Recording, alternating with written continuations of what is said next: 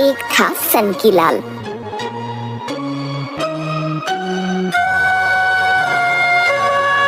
बड़ा बंगला और व्यापार उसे विरासत में मिले थे। धन संपत्ति की उसके पास कोई कमी नहीं थी, लेकिन उसकी सनक और अजीबोगरीब हरकतों के कारण कोई भी उसके साथ ज्यादा समय तक नहीं रह पाता। उसके घर में भी केवल वे ही नौकर टिक पाते थे जिन्हें उसकी आदत पता थी, बाकी आते जाते रहते थे। एक दिन वह एक व्यापारी को अपने घर खाने पर बुलाता है। उस व्यापारी को उसके सनकी मिजाज का पता नहीं था। सनकीलाल ने नौकरों को स्वादिष्ट खाना बनाने के लिए कहा। व्यापारी के आने पर, आओ आओ, मेरे घर में तुम्हारा स्वागत है।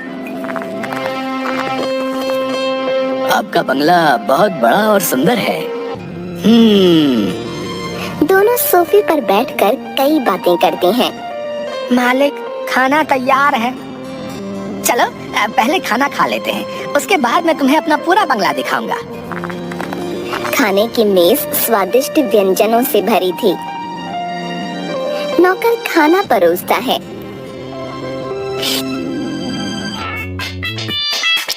वाह, ये पुलाव तो बहुत स्वादिष्ट है।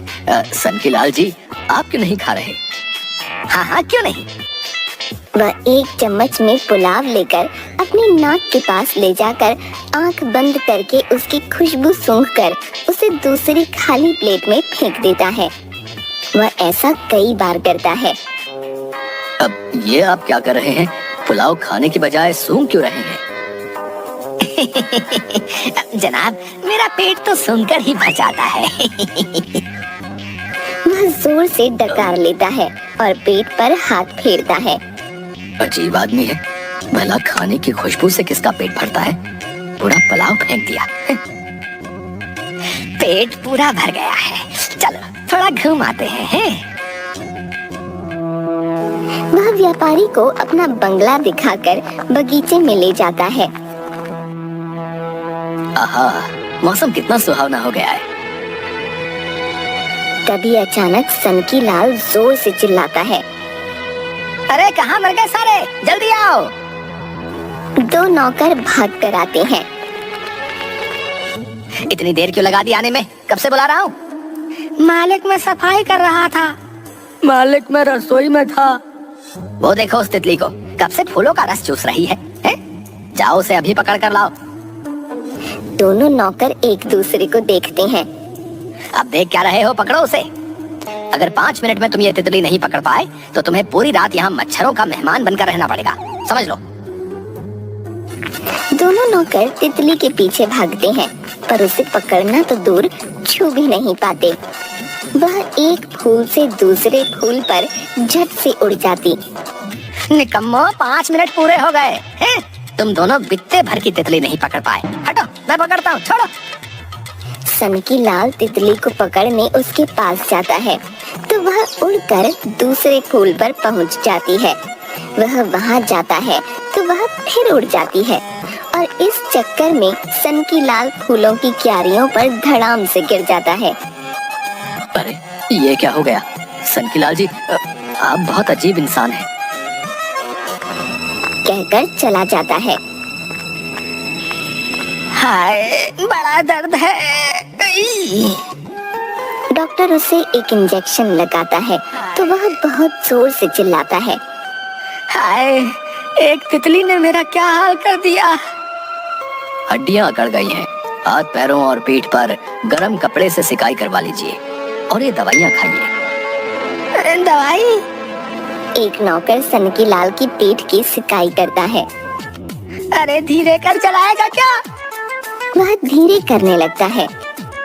इतना धीरे नहीं, थोड़ा तेज। बेचारा नौकर कभी धीरे कभी तेज करने लगा। क्या कर रहे हो? तुमने मेरा दर्द और बढ़ा दिया। आई, जाओ यहाँ से, किसी और को तो भेजो। दूसरा नौकर सिकाई करने लगता है। हाय, पूरा हाथ जला दिया। इस चक्कर में उसके कई नौकर काम छोड़कर चले गए। ठीक होने पर वह नए नौकरों को रखने के लिए कई आदमियों का इंटरव्यू लेता है। ये तुम्हारे हाथ को क्या हुआ है? जल गया था, उसी का निशान है। इसका मतलब तुम रसोई का काम नहीं कर सकते, तुम जा सकते हो।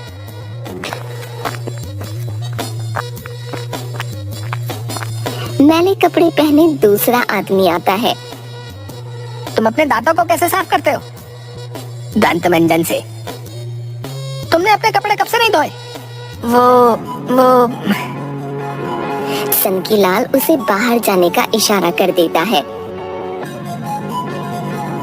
देखा, पगार बढ़ाने के बावजूद कोई ढंग का आदमी नहीं मिल रहा।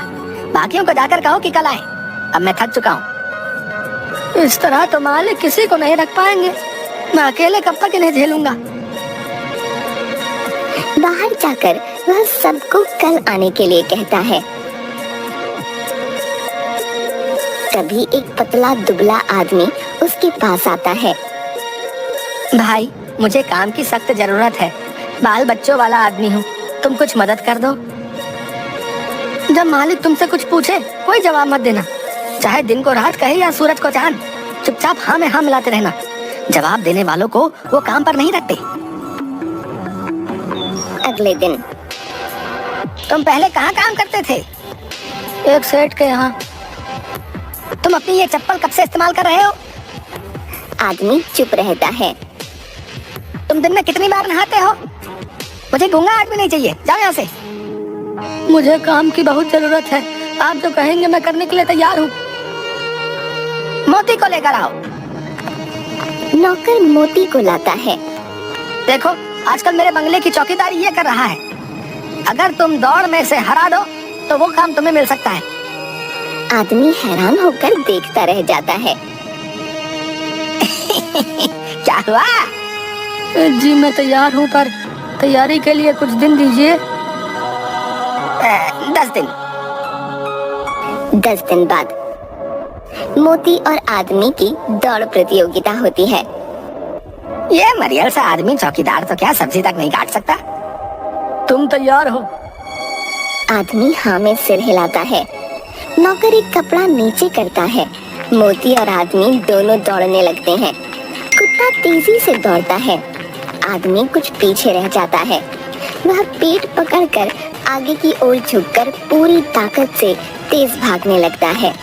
दौड़ते हुए कुत्ते से आगे निकलकर कभी दाएं तो कभी बाएं होने लगा, ताकि कुत्ता उससे आगे न निकल सके।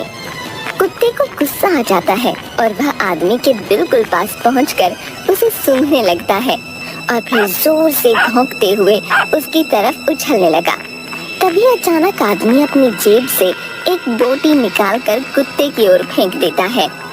बोटी देखकर कुत्ते के मुंह से लार टपकने लगी और यहाँ वहाँ देखकर पूंछ हिलाते हुए उसे खाने के लिए वहीं बैठ जाता है और आदमी तेज दौड़कर प्रतियोगिता जीत जाता है। ये मोती किसी काम का नहीं। एक मरियल से आदमी को नहीं हरा पाया तो चौकीदारी क्या खाक करेगा? इसे किसी जंगल में छोड़ाओ। कुत्ता सनकीलाल के पास जाकर जोर से भौंकने लगता है। मालिक, मैंने दौड़ में मोती को हरा दिया। तुम धोखे से जीते हो। तुमने मोती को हराया नहीं, बल्कि बोटी फेंक कर उस बेचारे को लालच में फंसा दिया। तो मोती की भी गलती है, वो बोटी देखकर सब भूल गया। आप सोचिए, अगर कभी कोई चोर इसे कोई बोटी या कुछ खाने को दे दे तो ये क्या चौकीदारी करेगा? चलो चलो तुम जाओ यहाँ से, बड़े चालाक हो। मालिक को क्या बुद्धू समझा है? मैं क्यों बुद्धू समझूंगा? बुद्धू को बुद्धू नहीं तो और क्या समझोगे? तुम निकलो यहाँ से। आदमी समझ गया कि वह उसे नौकरी नहीं देने वाला। धोखा तो आपने भी किया है। मैंने कौन सा धोखा किया है? आप इंसान और जानवर को एक समान कैसे समझ सकते हैं? दोनों अलग अलग तरह के प्राणी हैं। क्या मोती वो कर पाया जो मैंने किया? तुम्हें काम चाहिए ना, तो मेरे एक सवाल का जवाब ठीक ठीक दो। ये आसमान कितना बड़ा है? आदमी सोचने लगता है। बताओ बताओ। आसमान उत्तर से दक्षिण, पूरब से पश्चिम जितना बड़ा है। सनकीलाल को जवाब समझ नहीं आया। फिर वह अपने नौकर की ओर देखता है। वह हंस रहा था। लगता है इसे जवाब समझ आ गया। अगर मैंने कहा कि मुझे समझ नहीं आया तो ये दोनों मुझे मूर्ख समझेंगे। तुम आदमी समझदार हो पर बोलते ज्यादा हो। मुझे जवाब देने वाले लोग बिल्कुल पसंद नहीं। तुम कल से मुंह बंद करके काम पर आ जाना, ठीक है? सुनकर आदमी खुश हो जाता है।